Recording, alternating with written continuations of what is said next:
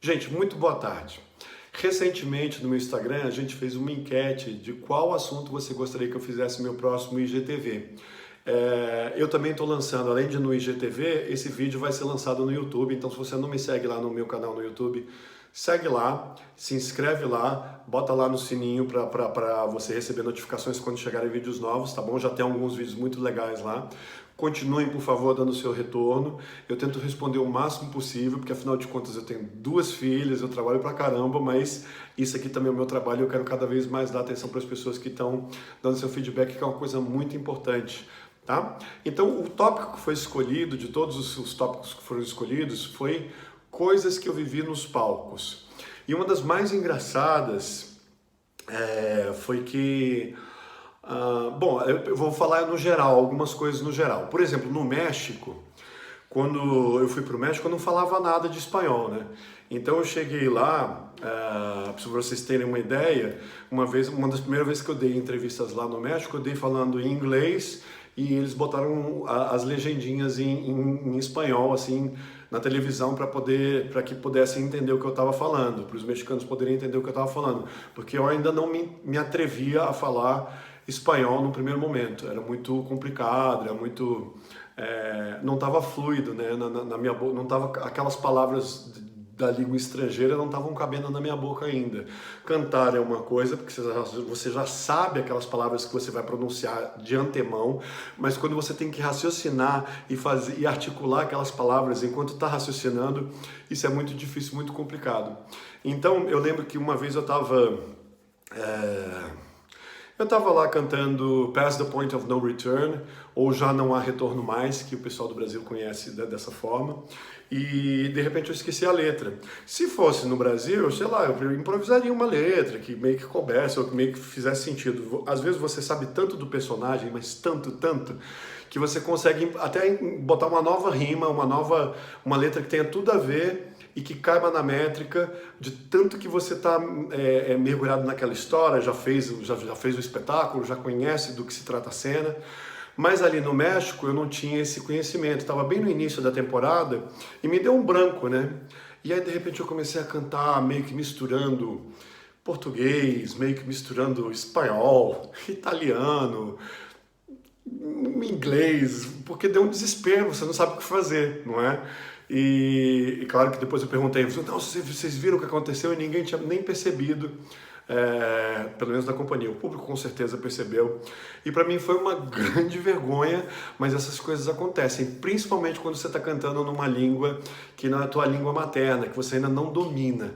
Então essa foi uma das coisas mais difíceis. A gente tem o Thiago Barbosa lá na Espanha fazendo o Simba em espanhol. A gente teve aí recentemente o Daniel Dijes, que veio da Espanha fazer o Les Misérables em português. Muito complicado, né? Muito difícil. A gente tem muitos atores americanos que trabalham na Alemanha, a gente tem a Mirtes, que é brasileira, que trabalha na Alemanha. Então é muito difícil você dominar aquela língua e se tornar realmente fluente. Eu falo assim que existe o espanhol que você usa para se comunicar e pedir uma pizza, e existe o espanhol profissional que você usa para trabalhar. O meu espanhol profissional eu já não tenho mais tanta segurança com ele assim, porque realmente eu precisaria estar sempre treinando e praticando. Outra história que foi muito legal foi quando eu tomei um energético pela primeira vez na minha vida. Eu não tomava café e eu não tomava energético, até começar a trabalhar com a Bela Fera, porque a Bela Fera foi o meu terceiro trabalho. Eu tinha feito Fantasma da Ópera no México, fiz o Les Misérables no Brasil e fiz a Bela Fera no Brasil. Quando eu comecei a fazer a Bela Fera, é muito físico, né? O meu personagem ele começava quase que meio corcunda, assim, porque era um animal, assim, supostamente que andava de quatro patas. Eu não chegava a andar de quatro patas no palco, mas aquilo forçava muito a coluna, forçava o joelho, forçava os quadris e tal. Então eu tinha épocas assim, principalmente no final de semana, depois de 2 espetáculos no sábado. No segundo espetáculo do sábado era muito difícil, porque eu vinha fazendo desde quarta, quinta, sexta, primeira de sábado, na segunda de sábado, sabendo que haveriam mais 2 apresentações no domingo. Eu ficava muito cansado. Então eu comecei a tomar café.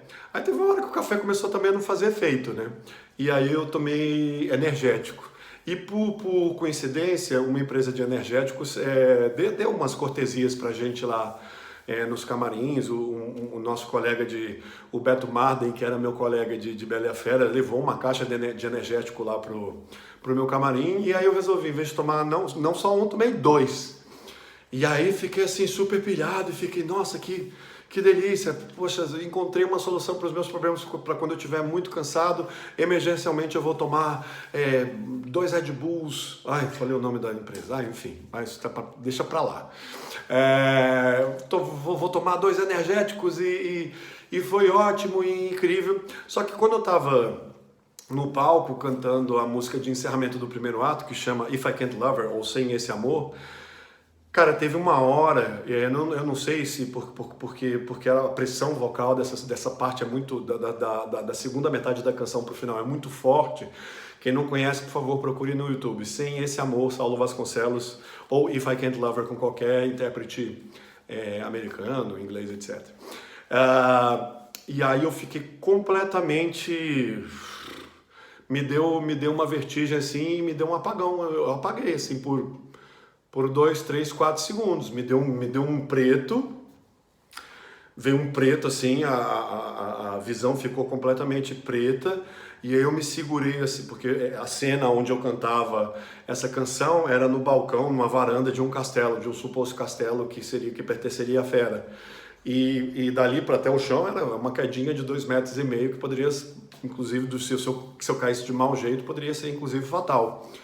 E deu um apagão, e aí eu consegui me apoiar nas colunas daquela varanda, que tinham 2 coluninhas bem próximas, e eu me agarrei ali e parei de cantar quando eu deveria estar cantando.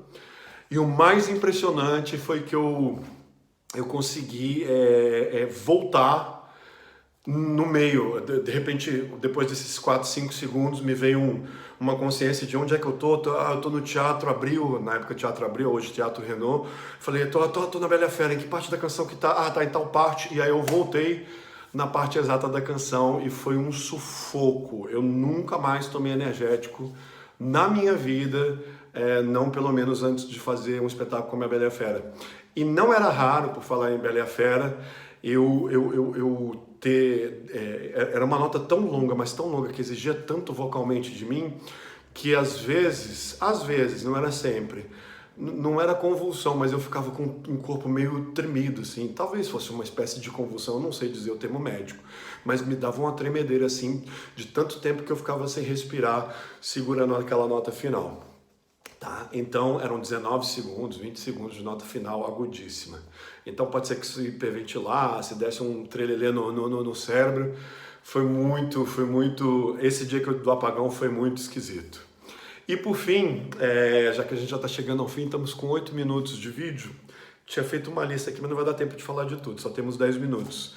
Teve uma vez que, quando eu estava fazendo Lemis, que foi o primeiro grande espetáculo que foi aí para o Brasil, em 2000, deixa eu tirar aqui o aviso, em 2001, no Teatro Abril, Teatro Renault, teve uma vez que o diretor foi reclamar que tinha muita conversa na coxia, e eu, na época, eu era muito chato, eu não compactuava com conversa, ficava calado, eu era muito chato. Eu era como o Inspetor Javert, o meu personagem era no espetáculo, eu era ali no ambiente de trabalho.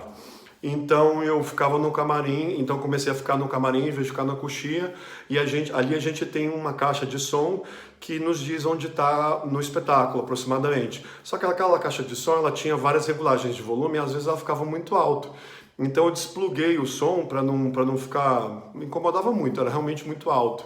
E aí eu estava lá lendo, sei lá, uma revista, vendo as notícias e tal, que eu gostava muito de me informar nessa época, ficar no camarim lendo notícias, no jornal, etc, revista, e esqueci, perdi a minha entrada de cena.